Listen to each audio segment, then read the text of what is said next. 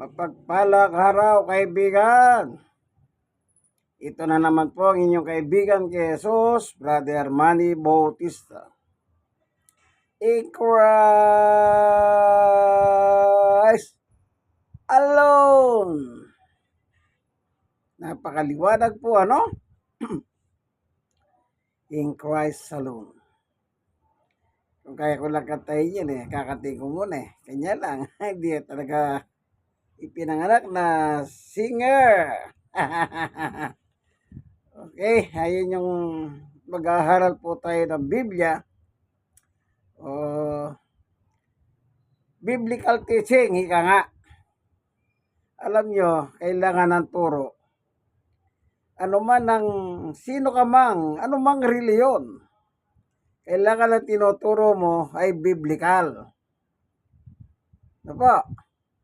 Kasi mangyayari kasi, pag hindi ka bumabasa ng Biblia, siyempre yung mga nakaka-relate sa aral ng Biblia, tatanungin ka nila. Saan mo nabasa yan? Siyempre, kasi ang pinagbabatayan dyan, yan ba'y nakasulat sa Biblia? Sa social media, sa aking panonood ng mga ganyan, yan ang puna. Yan ang puna. Na kailangan patunayan mo na nakasulat. Nung araw po, hindi naman sa pagmamayabang. Marami rin po akong naging karanasan sa ganyan na minsan po merong tagasunod si Soriano. Tinanong ako. Ngayon, sinagot ko siya tungkol sa mga patay. Sabi niya, nasaan na ba ang mga patay? So, binasa ko po yung sulat ni Jesus. Yung mayaman at yung duka na si Lazaro. Sa chapter 16 ng San Lucas mula sa 19 hanggang 31. So, doon pinakita ni Jesus Christ, yung dalawang taong namatay. Meron silang pinatunguhan na lugar. Yung mayaman na madamot, kaya kung nasabing madamot, isipin nyo, nandun na si Lazaro, hindi man lang mabigyan ng pagkain sa kanyang harapan ng bahay, ng pintuan. Kailangan mamulot muna si Lazaro ng mga nahulog sa kanyang lamesa. Kung walang nahulog na momo, anong pupulitin ni Lazaro? At ang mahirap, meron pang isang aso doon. Namumulot din. Kanya lang dahil walang mapulot. Yung mga sugat ni Lazaro, yun lang ang pinagtsatsagaan ng aso. Dinidilahan. Then, namatay po silang dalawa. Yung si Lazaro at saka yung mayaman. So, ito si Lazaro po, nasumpungan siya, nasa paraiso ng Diyos. Yung naman mayaman na maramot, walang pagmamahal sa kapwa, nasumpungan, nasa apoy ng pagdurusa. Yun po yung sinagot ko doon sa taga-Sodin ni Soriano. Kasagot-sagot ba naman? Kasi ang tanong niya kung nasaan ang mga patay. Sabi niya, hindi totoo yan. Sabi ko sa kanya, binasa ko na nga sinabi ni Jesus, hindi ka pa naniniwala. So sabi niya, hindi raw totoo. Chinyales ko siya. Sige kako, kung sino man yung ministro na nagturo sa inyo sa datindahan, dalhin mo rito. At tanungin ko siya. Tingnan ko rin kung ano sagot niya doon sa tanong mo. Total, sa Sabado ka ako, dahil Sabado lang tayo nagkikita rito, nadadaanan ko po sila, mga senior citizens sila. Kahit po sinisiran ko sila. Halo-halo na po sila. Merong Iglesia ni Cristo, Katoliko, Sabatista, datindahan. Ako wala akong pinipili. Sabi ko, hindi tayo nagpo-promote ng reliyon dito. Yung iba gusto nila. Pero merong kagaya nung Sabatista, ay bawal yan. Hindi po nagtagal na mahalam na sa babaw ng lupa yun. Sipin nyo? Tangi isa lang ang kumukontra dahil Sabado raw, bawal yan. O sige nga kako, kailan mo gusto?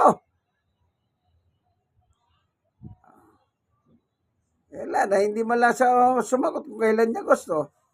Eh, yung mga ibang kasama niya, siguro, naiinis din. Gusto nila makapakinig ng Ebanghelyo ng Panginoong Yesus. Pero, kumukontra siyang pilit. Hindi po nagtagal na mahalam na siya. Bye-bye Philippines. So, sa madalit salita, yung Alipores de Soriano, nung pagdating na Sabado huli, nakita ko siya. Tumayo ako sa side niya kasi nakaupo siya. May kagwentuhan siya.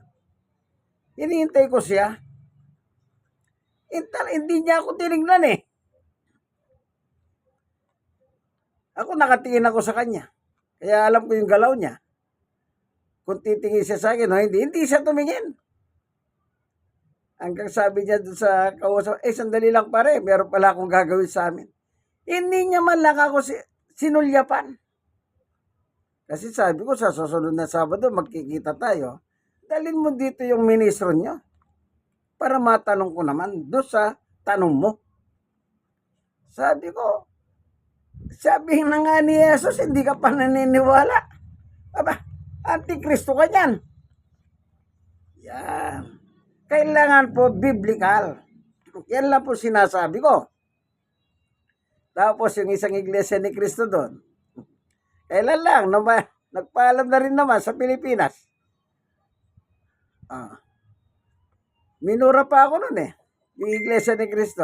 Diakono yun. Ano siya eh. Sabi niya sa akin, pakibasa mo yan ganito. Di binasa ko. Basahin mo naman yung ganito. Alam ko na po ang dating noon eh. Yung mga pagkasunod-sunod ng talatang pinabasa niya. Nagkataon, nandala ko pang Biblia. Yung salita ng Diyos Biblia. Anong pinabasa niya po yung Gawa 20:28. Aba, ba't iba? Yung sa Roma 16:16, gusto niya. Wala siyang complaint doon. Pero nung binasa ko yung 20:28, iba yung nakalagay eh. Sagot niya, aba, bakit iba? Sabi ko, alin ang iba? At sabi ko, pabasa ka ng pabasa. Ngayon, bigla. Alam ko na yun eh. Ang hinahanap niya kasi Iglesia ni Cristo. Mga yan eh. Roma 16:16, mga Iglesia ni Cristo. Sabi niya, ay, kami yan.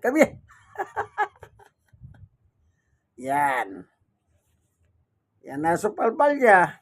So, malapit lang siya doon sa lugar na yon. Pwede bang umuwi ka kumuha ka ng Biblia? Yung Biblia mo babasahin ko. Lahat ng gusto mong ipabasa, babasahin ko. Siyempre, bawal sa kanila magbasa ng Biblia. Lalo na mga hindi siya pwede kumuha ng Biblia. Ayan. Kaya kailangan po matuto tayong biblical. Ano po? Ayun, pareho na sila nag-abroad. Lifetime abroad yun. Kaya yung nag-abroad dito, sinasabi ko, kailan lang. Nandun yung datindahan, nasa burol. Nakita ko yung litrato ng patay. Sabi ko, kilala ko yata ito ah. Pero bago po siya namatay, naging naman kami. Yung bang parang magkaibigan. Magbuhat nung minura niya ako eh. Sinupalpal ko siya nung minura ako eh. Sabi ko, wag mo ko murahin. Sagot niya ba naman, hindi naman kita minumura. Aba, sino kausap mo? Di ba tayong dalawa nag-uusap? Yan. Naalala ko yung dating dahan din. Minura ko. Kasagot-sagot ko, ba't mo ko minumura? Sabi ko sa dating dahan. Medyo bata naman yun. Sa pangangaral po namin sa public. Di naman kita minumura, sabi niya. Sino ba kausap mo? Hindi ba tayo? O sige nga, kung hindi ako minumura mo, sige, murahin mo yung mga tao dyan, no? Sige nga lang, tignan ko lang kung tapang mo dyan. Pag hindi ka nila pinagkukurot dyan, mahuhubos ka. Maraming tao eh. O, kita mo, ba't hindi mo sila mamumura-mura? Ako minumura mo ko, sabihin mo hindi mo ako minumura. Kaya wala naman pinagkaiba itong dalawang ito eh. Dating dana at saka Iglesia ni Cristo. Palamura. Oh, alam niyo si Marcoleta? Tinawag niyang gago si Commodore ng Philippine Navy, si J. Tariela. Oh. Yung kongresista na sagip ng ISC na Antikristo. Oh, napanood ko sa Quad Committee yun eh. Sa TRICOM. Ano sabi ni Commodore J. Tariela? Tinawag mo lang ako pagkatapos tatawagin mo pa akong gago, sabi niya. Ba't kita ipagtatanggol? Supalpal si Marcoleta. Kaya wag niyo pong iboto yung mga bata ni Duterte. Maawa naman kayo sa Pilipinas. Magboto kayo yung mga bago. Yung mga re-election tsaka bumabalik, wag nyo na sila. Lolokohin lang tayo ng mga yan. Bakit lolokohin tayo? Aba, sipin nyo, kinakampiyan pa nila si Sara, ayaw nilang impeachment. Oh, nagdudumilat ng katotohanan, ninanakaw yung pera ng taong bayan. Hindi sila kumikibo. Oh, yung tumatakbo senador, yung re-election, hindi sila kumikibo. Yan ang sinabi kong panluloko. Hindi sila mga loko, kundi yung dahil yung impeachment dapat ma-remove si Sara. Hindi sila kumikibo. O, di ba? Oy. Nangkampong kasi kayo ni Satanas eh. Yung gusto ni Satanas. Okay, basahin ko nga. 1 Jes. Ano sabi ng Panginoong Yesus sa tungkol kay Satanas? Magnanakaw ba? At sinungaling? Tignan natin. 1 Jes. Anong sabi ni Jesus? Kaya lamang pupunta rito ang magnanakaw, referring to Satan, ay upang magnakaw, pumatay at magwasak. O, kita niya? Anong trabaho? Magnakaw. Kakampiyan mo pa yung magnanakaw. O, yung Iglesia ni Cristo, nagrally. Ngayon, iba nang tulog ni Sabalay. Ito ni spokesperson ng Iglesia ni Cristo, natatag ni Yoma Felix Manalo na Antikristo. Sabi niya, narinig lang kasi namin yun, kaya yung rally namin ng kapayapaan, sabi niya, ngayon nagsasalita ng bayan, dapat pakinggan. Okay na. Iba, mga kampo kasi ni Satanas pag nasusukol bumabawi ko. Kung saan, ala na, ginawa nyo na yung rally, nagsalita na kayo Hindi nyo na mababawi yan. Kung gusto nyo mag-rally kayo, sabihin nyo na yung totoo. Na talagang ayaw nyo sa magnanakaw. Hindi, gusto nyo nga sa magnanakaw Di ba? Dalan nyo pa nung nakarang eleksyon yan si Sara tsaka si Bongbong. Kayong mga haesi ni Manalo. Di ba totoo yan? Tingnan pa natin yung 8. Anong sabi ni Jesus kay Satanas? Ito yung tatay ninyo, kayong magnanakaw. Kampi-kampi sa magnanakaw. Basahin ko. Pakinig kayo. Sa 1:8, 40 ay 44. Ang diablo ang inyong ama At kung ano ang gusto niya, yun ang ginagawa. Iyon ang inyong ginagawa. Siya'y mamamatay tao na sa simula pa at kalaban ng katotohanan o salita ng Diyos, yung katotohanan. 1:17. At di matatagpuan sa kanya ang katotohanan, salita ng Diyos. 1:17. Kahit kailan, kung siya'y nagsisinungaling, likas ito sa kanya, sapagkat siya sinungaling at ama ng kasinungalingan. Ama ng kasinungalingan. Oh. Yan ang katangian ni Satanas, magnakaw at ama ng kasinungalingan. O ano masasabi mo dito, Iglesia ni Cristo? Mukhang nag-iba ng tono mo Ginoong Sabala, tagapagsalita ng ISC, natatag ni yung mga Felix Manalo na Antikristo, kulto ni Satanas. Bakit ko nasabing Antikristo? Sipin nyo, si Jesus tao, hindi Diyos kailanman. Hindi ba kayo Antikristo niyan? Oh. Anak ng Diyos si Jesus, natural. Kung Diyos ang Diyos ay Diyos, ang anak ay Diyos din sa pagiging anak ng Diyos. O, maliwanag yan Magama sila, Father and Son. Ano si Satanas? Ama ng mga sinungaling. At ano pa? Magnanakaw. O hindi ba nagrally kayo? Ayaw nyong ma-impeach yung magnanakaw sa Davao? Kahit nagdodomilat ang mga ebidensya sa Quad Committee ng Kongreso, 19th Congress. Nanonood ako, lagi pinanonood yun. Kaya alam ko Yan ngayon, mag-i-eleksyon na naman. Ang iboto nyo, ako for me, yung third force. Huwag nyo boboto yung padapa ni Duterte. Huwag nyo iboboto yung kay Bongbong Marcos. Bakit? Yung mga yun kunwari, kay Digong, kunwari kay Bang, ang totoo dyan, namamangka sila magkabila. Suriin nyo sila. Yung na kay Marcos ngayon, kay Duterte nung araw yan. Mga, ano ba yung balingbing?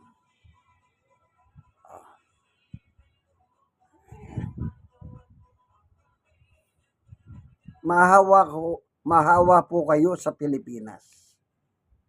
Subukin natin yung bago. Malay ninyo. Hindi yung re-elections, yung natumakbo nung nakaraan natapos na, nagtatakbo na naman. Tama na.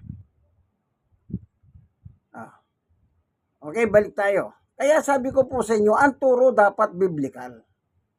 Ay, pinasa ko. O ngayon kung magagalit kayo, di magalit kayo kay Jesus. Pinasa ko lang ang sulat ni Jesus Ano daw si Satanas? Magnanakaw. Ano pa? Ama ng mga sinungaling. Kunwari, ayaw nilang impeachment, pinipigilan sa Supreme Court ang impeachment. Takbo sila sa korte. Korte, pigilan mo na yan, sabi ni Sarah. Pero ang yabang, sabi niya, areglado na yung abogado ko. Yung tutulong sa akin. At marami pa nagboboluntaryo, sabi niya. Ganun pala bakit tayo yung gumalaw? Kayo nasa Senado. Kaya yan ang sinasabi ko po sa inyo. Yung re-electionist ngayon, mga senador, hindi sila kumikibo. Kaya sabi ko, huwag nyo na. Naki Marcos yun. Sila Bong Revilla. Duterte. Saan ka? Tulpo. Hindi nga pumirma sa impeachment bakit? Kaya Duterte yun Mga tulpo. Dynasty.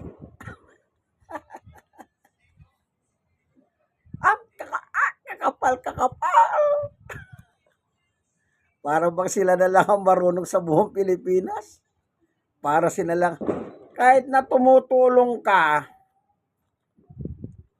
mahiya ka naman. Mahiya ka. Bakit? Naghanap pa sila ng batas. Nagsasalita ng taong bayan, batas pang hinahanap mo?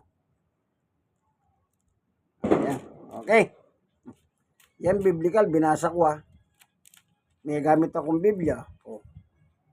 Kita nyo lang para ngayon. Pag nakita nyo yan, ano yan? The Gideon International. Hindi akin yan. Galing sa Gideon, libre. Ano sabi? Huwag ipagbili ang aklat na ito. Hindi pala binebenta. Kaya tandaan nyo po, sana po, gamitin nyo po tama ang isip nyo. Hindi ko mo tumutulong. Ibig sabihin, nasa right track kayo.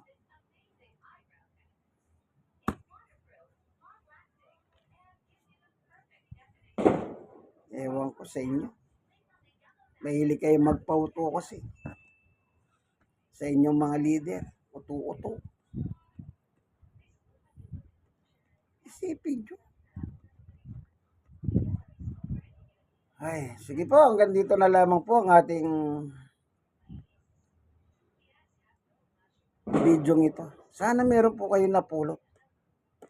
Meron kayo natutunan. At least bumabasa ako ng Biblia. Hindi nyo ako pwedeng pagbintangan. Sige po, God bless us all po. Nawad at nang kayo ng video ito nasa maayos na kalagayan. Malapit na po ang midterm election. Bago po kayo mag-elect ng sa gabi bago kayo matulog, ingan nyo po ang guidance ng Diyos at gamitan nyo ng puso at isip. Hindi ko mo gwapo, artista, o kung mo tumutulong. Hindi po gano'n ang pagpili ng kandidato. Tignan mo muna ang pagkatao, anong klaseng tao yan. Baka demonyo yan. Ang iboboto mo, kampo ni Satanas. Pag kampo ni Satanas sa Biblia, demonyo yung tawag dyan.